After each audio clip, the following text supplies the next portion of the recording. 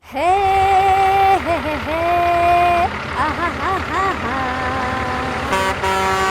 निकली ओ गड्डी लेके रस्ते पर ओ सड़क में एक मोड़। गाड़ी किधर गया? Hey folks, Rachana Ranade here and I welcome you all to a very important video which is about a fundamentally strong mid-cap stock, and in today's video we are going to discuss this company in detail. But what does the company do? Well, the company is a part of Shriram Group, which has a significant presence in the financing business. But what does the company actually do? So, company is engaged in the business of commercial vehicle financing. Now, which commercial vehicles? They could be trucks, they could be tractors, they could be earth-moving equipments, and they could also be construction equipments. As on 2018, the company had an asset under management of 1000 billion INR plus rupees. As on date, the company has more than 1854 branches and 770 rural centers. But if I tell you how the company started and how they transitioned to what they are today, it's a very interesting fact. So they started in 1979 and their primary motive was to lend only for new trucks. But then over a period of time, they realized that buying a new truck was also a very expensive affair. So then they shifted their focus to lending even for second-hand trucks. Now you can imagine that if they are lending money to those drivers who are wanting to own a second-hand truck, won't that bring a new phase of life in their lives? And answer is obviously yes. So you can imagine a chalak, that is a driver, will now become a malak only and only because of the financing provided by this company. See how happy this driver became. Similarly, have a look at her. Isn't she also very sad? Yes, but you can also bring a big change in her life also. How? By smashing the subscribe button. How happy she is now. But if you have already subscribed, you can also hit the like button. That makes her happier. Well, if you have already subscribed to our channel and if you have hit the bell icon, I'm sure you know that something exciting is happening on our channel this September. What? You don't know? Have a look at this.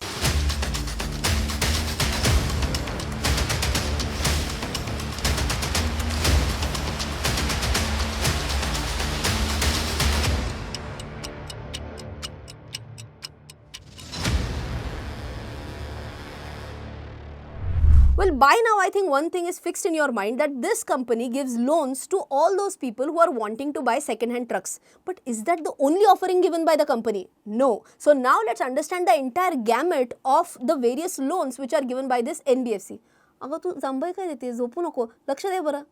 Okay. So let's go ahead with the offerings of this NBFC. The very first one is commercial vehicle loans.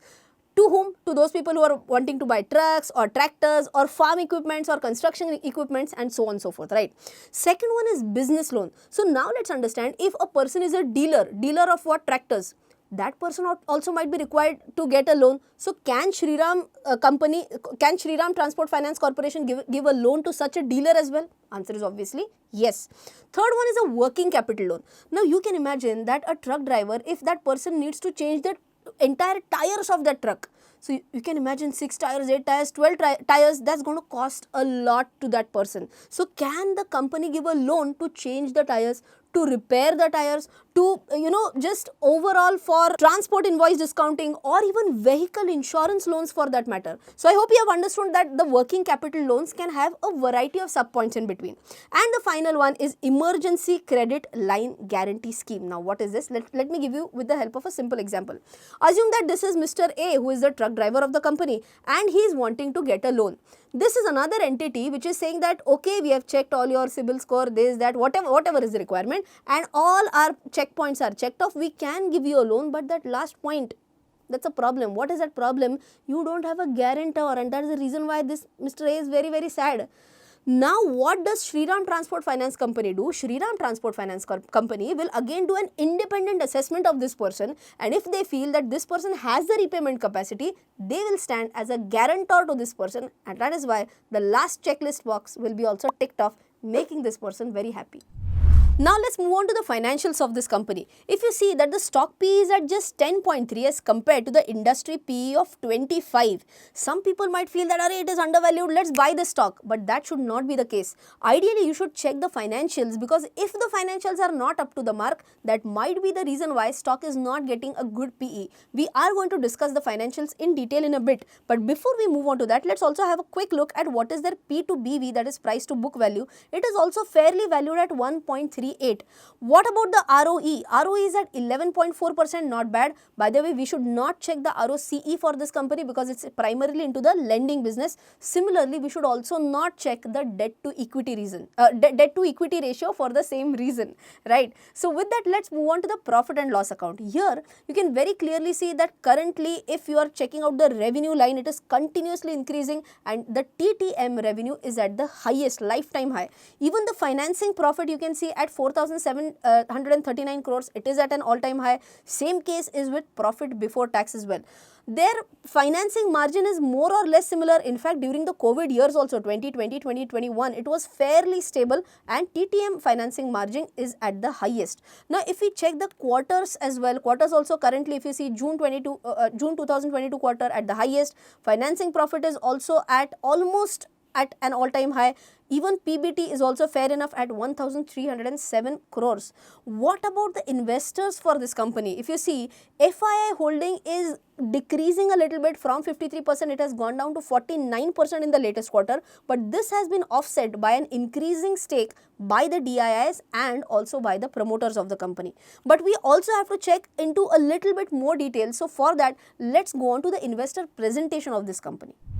So here we are on page number 45 of the investor presentation, and we are going to check only some important parameters, something like number 1, we are going to check loans. Now if I were to check loans, I am going to compare two major parameters, YOY, that is June 22 versus June 21, and QOQ, that is June 22 versus March 22. So if you see, as a YOY percentage, their loans have increased at 9.98%, and QOQ figures, their loans have increased at 2.87%. So decent enough growth is definitely what I can say. Now if I were to talk about how is the deposit scenario, deposit also you can see 29.53% jump in a YOY basis and 5.9% jump on a QOQ basis. Now if I move on to some key metrics provided by the company again in their investor presentation, here you can see that their net interest income, again an important parameter, on a YOY basis, this has increased by 25.35%, but YOY need not be given a lot of importance because previous year, June 21, was nothing but the COVID hit year. But on a QOQ basis, it has just increased by 0.53%. If you go on to few more important points, something like a cost to income ratio, you can see that their cost to income ratio has improved a little bit in Q1 FY23 as compared to Q4 FY22. Also, their net interest income on the overall AUM has dropped a little bit for Q1 FY23 in comparison with Q4 FY22. Now, if in the last few minutes, if you felt like what is this NIM, what is AUM, what is cost to income ratio, even if I talk about CRAR, which is 22%, not bad. If you don't know all these terms, it means that you have not done my course on fundamental analysis. So if you want, you can go and check out this course on my website www.rachanaranade.com.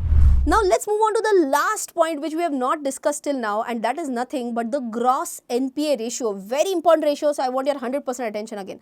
What do you have to again compare? We are going to compare 30th June 2022 versus 30th March 2022. That will be a QOQ, and also we'll check the YOY figures. So I'm just going to scroll down a little bit, and here you can see gross NPA ratio, which was 7.07%, has come down to 7%. Good sign.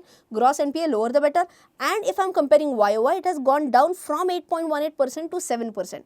But if you ask me, all in all, is 7% in itself a very high figure? Answer is obviously yes. So to conclude, I can say gross NPA is decreasing, is a good sign, but the figure of 7% itself is not a very comfortable figure.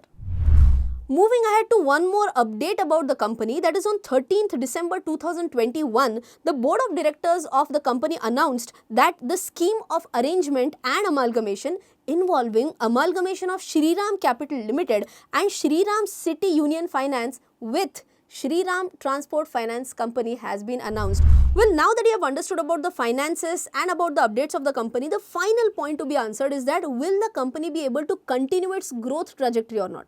That will be possible if they are able to disburse more number of loans and more value of loans. But when will that happen? That will happen if the demand for trucks, for commercial vehicles and for construction equipments also increases. When will this happen? This will happen if roads as a means of transport is preferred over railways as a means of transport. But is there any specific choice in these two means of transport? The answer is yes. Railways is generally preferred if it's a long distance journey, and roadways are generally preferred for comparatively shorter distances. They are also preferred if the journey is going to be within the city. They are also preferred by farmers as a means of transport if they want to transport their agricultural produce from their farms to the cities. Also, this means of transport is also preferred by packers and movers. Well, if I'm talking about the overall infrastructure spending with something like a national infra pipeline, the overall boost for the infra and road structure is also going to increase. But will management be able to ride this trend or not is the big question. So when we looked at the con call, management said that yes, we are definitely positive about all these points. Once one additional question was asked to the management was about, are there any challenges that the management faces, especially due to inflation? For that, management said that we don't really have a pain point here because we are able to pass on the inflation to our consumers. I hope you have understood all in all about the company and the industry analysis. If you have liked it, don't forget to hit the like button once again, and if you want, you can also share this video with your friends. If you want to know more about fundamentally strong stocks under 100, you can click here, and if you want to know how to invest in US companies, you can click here. Till then, take care, Jai Hind and bye-bye.